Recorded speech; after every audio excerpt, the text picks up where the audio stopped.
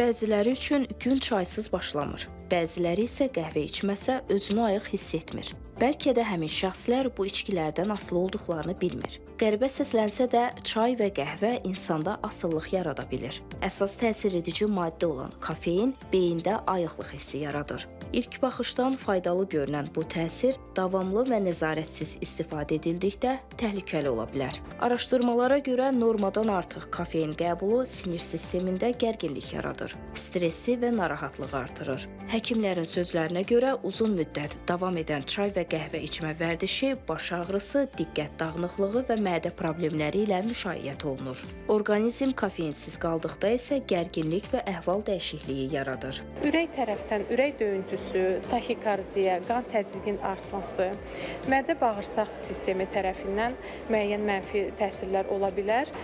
Xüsusən mədə xorası olan insanlar, qastritdən əziyyət çəkən pasiyentlər kofenin istifadəsini azalmalıdırlar ya da ki, ümumiyyətlə məhdudlaşdırmalıdırlar.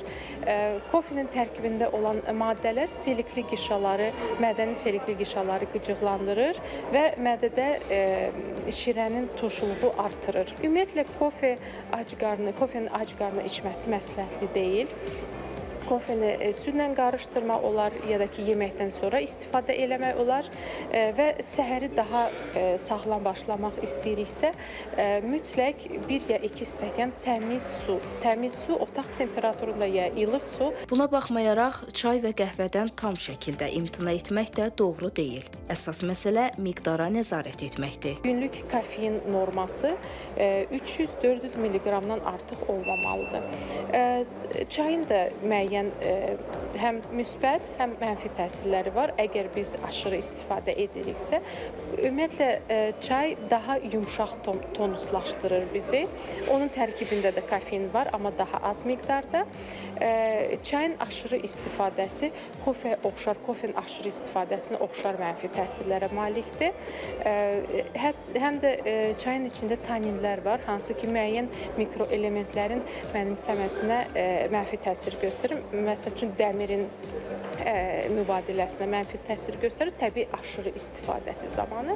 Eyni zamanda çayın içində yaxşı vitaminlər var, hansı ki, bizə kömək eləyir.